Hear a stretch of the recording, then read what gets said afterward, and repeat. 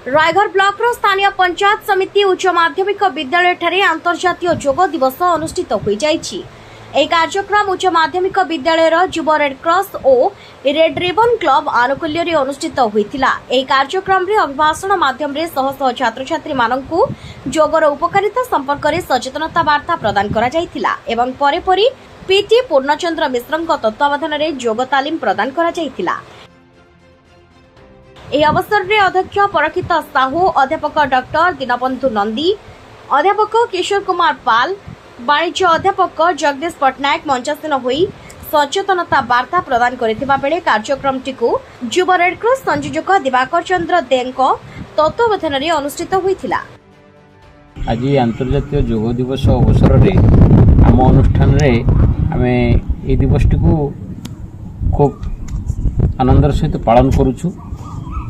योगर आवश्यकता जीवन रे किभଳି भाव रही से संपर्क रे आमे पिलामानकु सचेतनतार वार्ता देइछु एवं प्रैक्टिकली योग मनुष्य जीवन रे की उपकार करि परिबो ताहा मध्ये पिलामानकु सचेतनता करया पई एक तालीम शिविर मध्ये करिछु। पंचायत समिति रायगढ़ उच्च महाविद्यालय छात्री मु +2 सेकेंड ईयर पढुछि।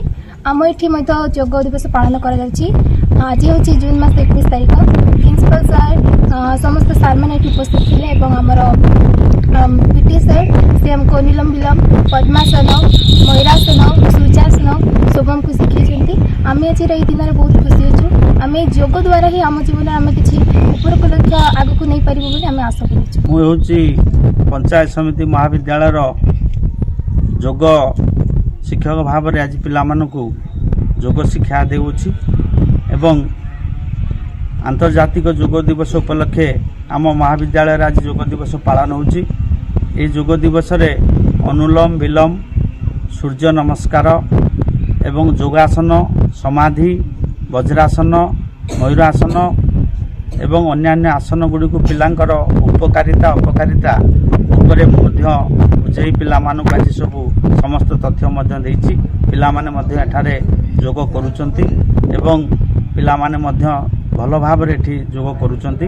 अभ्यास जारी रखिया पई सबुदिन पिलामाने अभ्यास करिया पई पिलामानकु आछि। रायगढ़ मामनी चक्रवर्ती रिपोर्ट संस्कार टीवी ओडिशा।